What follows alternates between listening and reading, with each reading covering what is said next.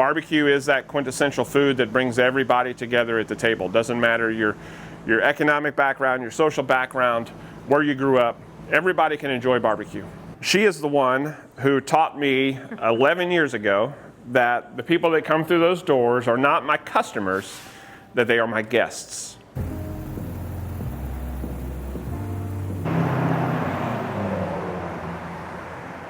Hey everybody, Anthony DiBernardo here. Welcome to the OG Swig Swine, where it all started, 11 years ago now. 11 years ago May. It all started right here, 1217 Savannah Highway, Charleston. What you're looking at is originally built as an OK tire store in the 60s. You can still see the hydraulic lifts that were in the ground from when this was a tire shop, and they used to service vehicles. The store next door used to be a 7-Eleven, so all the neighborhood kids would swing by here, get some free air in their bike tires, come in, get your tires switched out and whatnot. When we first took the building over, well, after it was a OK tire store, it became a detail shop. So this whole front was just wide open. People would just drive their cars in and cars would get detailed here. So when we took the place over, we had a lot of work to do to get it into the shape it is in now. But this is it. Come on in, I'll take you around. Our little patio that we built, and patio visit can't be complete without Asher's garden.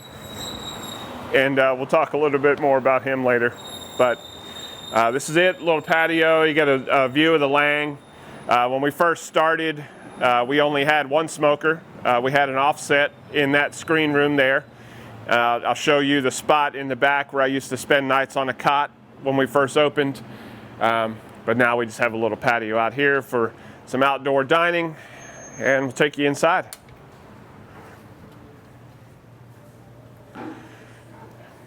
When this was operating as a tire shop, you can see another hydraulic jack in the floor there that we had to fill in.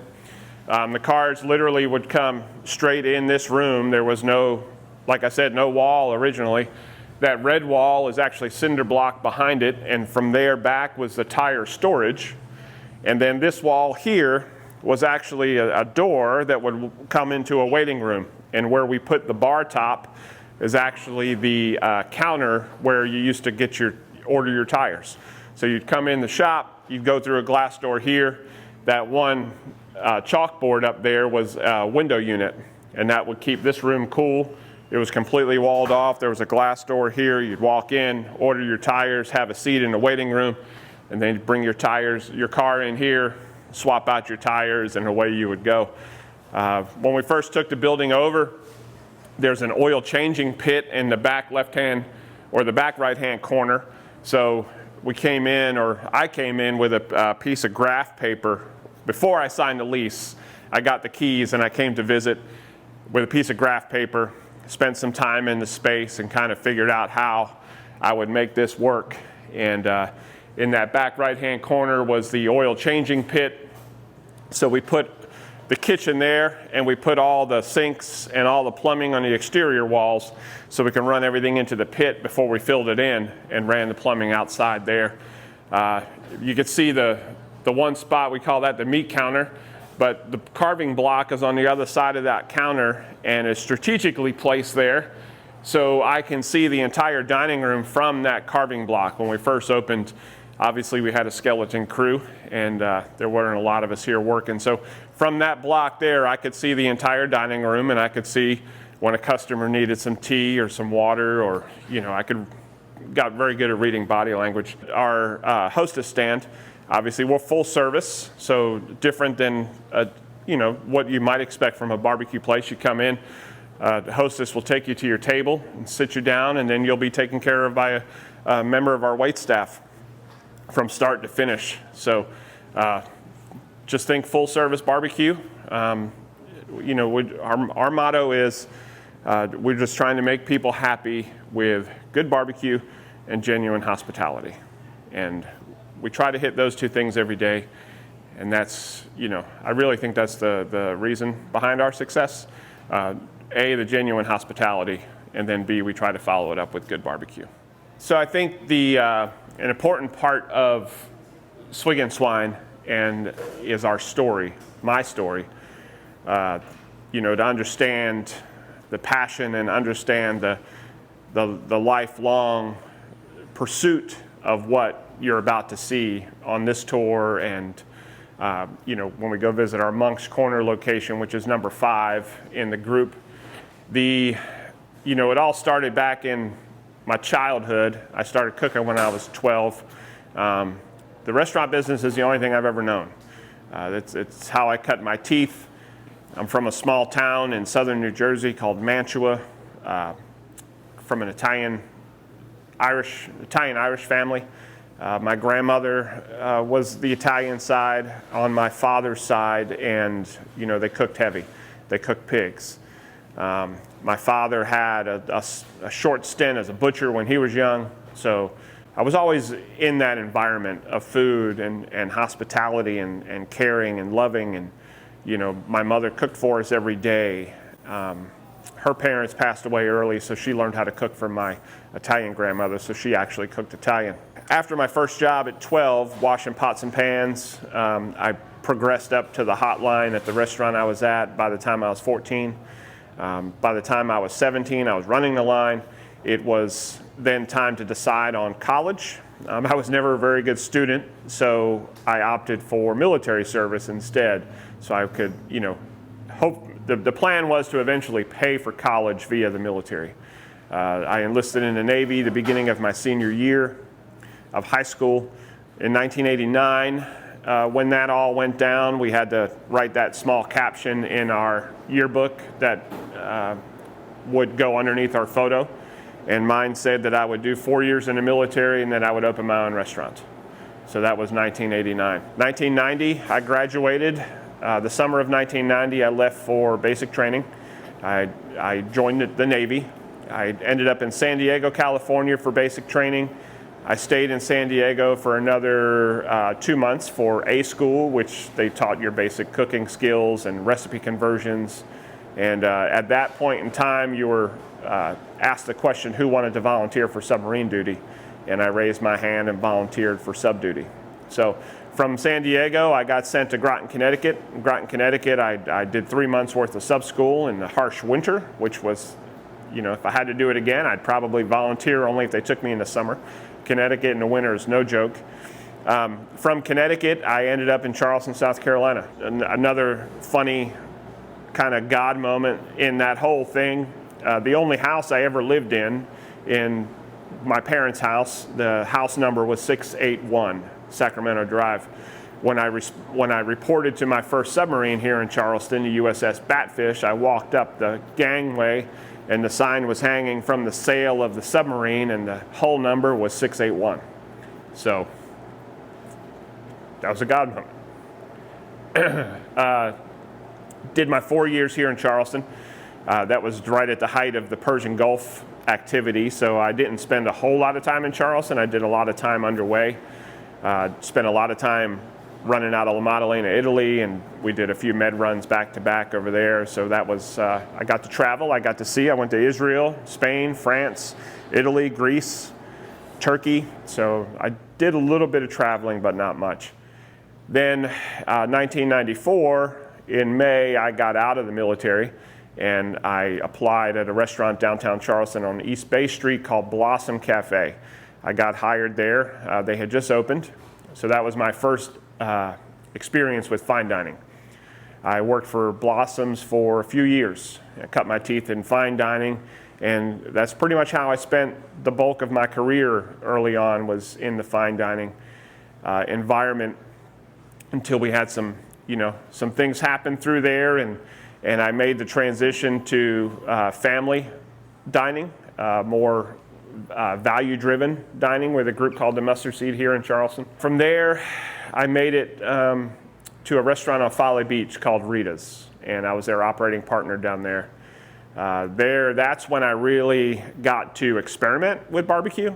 I had a smoker out back, and I really got to dive in, and that's where I started to play with pork butts and briskets and wings, ribs, and I really fell in love with it. I fell in love with the excitement of learning something new again, like I said, I had spent my entire life in the restaurant business. 2013, that restaurant got bought out by another group, and I had an opportunity to make a move. And I rolled the dice. It was either now or never. I had two kids. I was getting older, and I knew if I was going to start my own thing, now would be the time. So I got the keys to this space here, and I came in, like I said, with my graph paper. I drew it out. A friend of mine in the restaurant business here in Charleston was looking to do something else downtown. He called me to explore that option. I said, hey, what about this option? He agreed. This was the better of the two, and that's how Swig Swine started. He brought his cash to the table, and then in a faith move, I called my family. I called my parents, and I said, hey, look, I need $35,000 to start this business, and or I need to borrow as much money as I can. And my dad said, that's all I have is $35,000, but you're going to have to call your three sisters, get their permission to get the money because it's theirs too. I said, okay. So I needed 50. I called my sisters. I borrowed a 35 from my parents. Each of my sisters chipped in 5, and I was able to put my money up front for the bank. And we get the keys. We build out. This is September of 2013 that this is all going down. My parents, funny story, my parents came in December of 2013, toured the space, still hadn't done anything to it. So there was still water coming through the roof. There were still holes in the floor.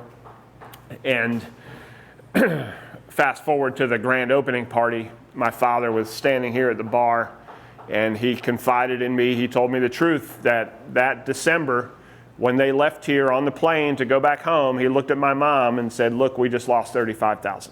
So didn't make me feel real good at the time, but I get where he was coming from. I probably would have felt the same way. So we opened May 27th of 2014. We opened the original location here on 1217 Savannah Highway. And that was it. When we first opened, I had one smoker, and I had a cot in the back, and I would sleep here. I would smoke all night. I would wake up. I would prep. I would do lunch service. I would go back to the cot, take a nap. I would get up again. I would do dinner service. I would go back to the cot, take a nap, get up, and smoke all night again. This went on for about 6 months before I hired the first overnight guy, which was a huge accomplishment for me, and that launched us. We've grown a lot in the past 11 years. We just opened, technically we have 6 locations. 5 of those are Swig Swines, and 1 is called the Uncommon Swine, and that is in Common House Brewery in Park Circle up the road here, where we do a little more of a mashup. We do some burgers and some chopped pork sandwiches, but not your traditional barbecue menu like we do here at Swig Swine. Behind me, you'll see a big piece of the puzzle. My son Asher passed away in March, and he was my buddy. You can see he helped build the spot from the ground up. He was here when we signed the lease. He was carrying 2x4s. This is a picture of him at the first butchery we attended, scalding a hog. He was there when we put the sign up, and this was the last place he worked. He worked at this location. So it's kind of, I haven't been back to this spot a lot lately, just because the memories it holds. And knowing this was the last spot that he worked at. But we're just trying to carry on for him. Keep it going. So this is where this beer walk-in is now. Is actually, it wasn't there. Originally, this corner is where my cot was. So I would tuck my cot in the back here, and I had the dry storage shelves kind of pressed in around it to give me a little bit of peace and quiet, as much as you can gather. But as we expanded, or as business expanded here, we were able to expand with it. So we added a beer cooler. You know, one of the things about all of our locations, except for the new Monk's Corner spot, the Monk's Corner spot, which you'll see later on our tour, is the only one that we've been able to build from scratch. Everything else, what we're known for, is going into a already existing space, kind of going in, feeling it out for a couple days to see how it would flow, and that's what we did. This one obviously was a tire store. Our Somerville location used to be a hardware store. Our Mount Pleasant location was the original commissary for the shipyard that it used to be in, and our Myrtle Beach location was a Napa Auto Parts. So kind of always been interested in just going into a space and repurposing and trying to feel how things should flow in those spaces. So we do the best we can here with what we have. Very tiny. I think this space is 3,400 square feet. It's the smallest of all our locations. Only has 16 parking spaces, which really hurts us from time to time. But we have some prep going on in the back.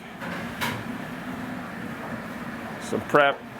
So our smokers are on either side. We got the rotisserie out back. We got the Lang out front in the screen room, and then everything kind of comes together. Like I said before, we're full service. Server's going to take your order, put it in the system, pops up through the ticket wheel, and then these guys are pulling meats from the boxes, slicing, chopping, and then all of our sides are coming together and out it goes. Our average ticket time's about 2 to 5 minutes. Back here, we're taking our wings. We're doing a quick fry on the wings to get them crispy from the smoker. And then all of our prep is taking place back here too for the day. Hey Heather, how you doing? Heather, how long you been with us? 4 years. 4 years. And now you're smoking it. Yeah. Heather's, yeah. So Heather runs our smokers here at the original West Ashley store and does a bang up job. She kills it, day in and day out. So when we first got started, the Lang was actually my first new purchase of a smoker. We went with the Lang 108 Deluxe. We have this one here. We had, at one point we had 2 at the Somerville location, 2 in the Mount Pleasant location. And as we started to expand, I felt that the rotisserie, the wood-fired rotisserie, was the best way to go to help with consistency. I think that's our biggest issue. I think that's anybody's issue in the restaurant industry these days, especially with multiple locations, is consistency. So, I thought about it long and hard, and even with a Lang, you're required to have to move product to cook throughout the process. With the rotisseries, that kind of takes that out of the equation. Now we're able to, spin that product on the rotisseries, and I'm less relying on somebody to judge when that product needs to be moved. All they need to do is put it on and take it off at the right time. So the wood-fired rotisserie has really helped us with consistency as we've expanded. One thing we're proud of here at Swig Swine, we are all wood all the time. I know everybody gets tired of hearing it, but it is. I'm not a generational pitmaster. I've never even traveled to Texas until 2 years ago. So I've never, barbecue is not that passion that a lot of guys have. For me, feeding people is a passion for me. Customer service is a passion for me. The restaurant industry is a passion for me. So everything that makes up what we do here at Swig Swine today is my passion. Barbecue is that quintessential food that brings everybody together at the table. Doesn't matter your economic background, your social background, where you grew up. Everybody can enjoy barbecue. And I learned that, and that's what drew me to barbecue. And, that's what we do. We do 8 meats a day. We do 12 sides a day. We're a full-service restaurant once again, so we're open from 11 a.m. to 9 p.m. 7 days a week. And that there, barbecue is an art. Restaurants are an art. That's, we work real hard on getting that product from the smokers to the table without any interruption, but we're not selling out either. So there's a whole nother piece of the puzzle that we've managed to get a hold of here in our operation on a daily basis. So we're pretty proud of that too.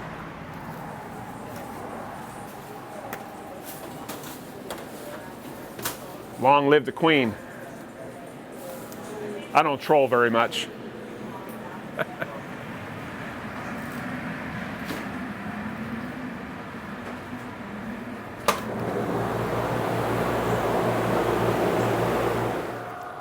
So early on in the game, when we started to expand and I was looking to make things a little more consistent, we found the JR Oiler, wood-fired rotisserie. Great unit. So we started to explore this unit. It helped us achieve what we were looking for. The consistency, the ease of operation, just the overall smoke on the product is great. But so this is the JR. I believe this one's a 700, and we have 4 of these actually in operation. We have one here at the West Ashley store. We have one in the Somerville location, and we have 2 in the Mount Pleasant location. As we have grown, and the 2 newest locations, Monk's Corner and Myrtle Beach, both have, we switched to the M&M wood-fired rotisseries. So we have 2 M&M 2000s at Myrtle Beach and 2 M&M 2000s at Monk's Corner, which you'll see later on in the tour. Those units are great. You know, there's a few different, if you're a fan of the M&M and you're a fan of the Oiler, then you know there's a couple differences. And you know, one of those big differences is the customer service, and I'm not knocking Oiler, but you know, Mike and Matt have done a real bang-up job at their customer relations. And you know, whenever it comes time to switch out an actuator or do something, any type of maintenance I need to do on this thing or on those M&Ms, I call them up, and they're right up there. But anyway, wood-fired rotisseries is kind of where we're at these days at all the locations, and they've really served us well. A while ago, I talked to you about the 2 things that set us apart. We try to cook barbecue, and then we take care of our guests with genuine hospitality. Joanne has been here since day one. Joanne has spent her life in the service industry. She is a professional server. So those of you who know the difference know that she is a professional server. She is the one who taught me 11 years ago that the people that come through those doors are not my customers, that they are my guests. And that right there changed a lot of perspectives for us here at Swig Swine. And she is one of the reasons that you come through those doors, you are truly treated as a guest in my house, their house, our house. It's a team effort. So Joanne, how long have you been with us now? 11 years, 11 years. Right? What would you like to say about your time here at Swig Swine? Oh my goodness, I treasure this time here.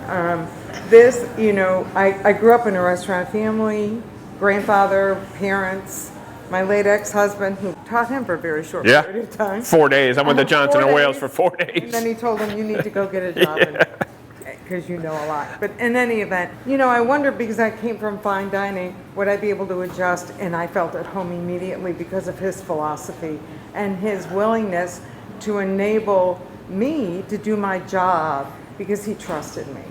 And best man I ever worked for, best person, best decision I ever made. And I treasure my time here because they're my family now. Thank you. Thank you. Yeah. Thank you. Everybody, thank you so much for coming along. Kevin, thank you so much for taking the time to highlight what we do here at Swig Swine BBQ. The barbecue community is very fortunate to have people like you that are just as passionate about what we do as we are. And your podcast and your Instagram and everything really means a lot to me. And I hope that we can grow our customer base a little bit more. I hope people see the passion that we try to put into product. And my biggest takeaway is I hope they really see the story behind Swig Swine, what we're about. The no investors No big money pockets. We're independently veteran owned, and we operate as a team. So thank you very much for your time. Thank you for coming to see the OG Swig Swine here in Charleston, South Carolina. And we look forward to seeing you in our Monk's Corner store next.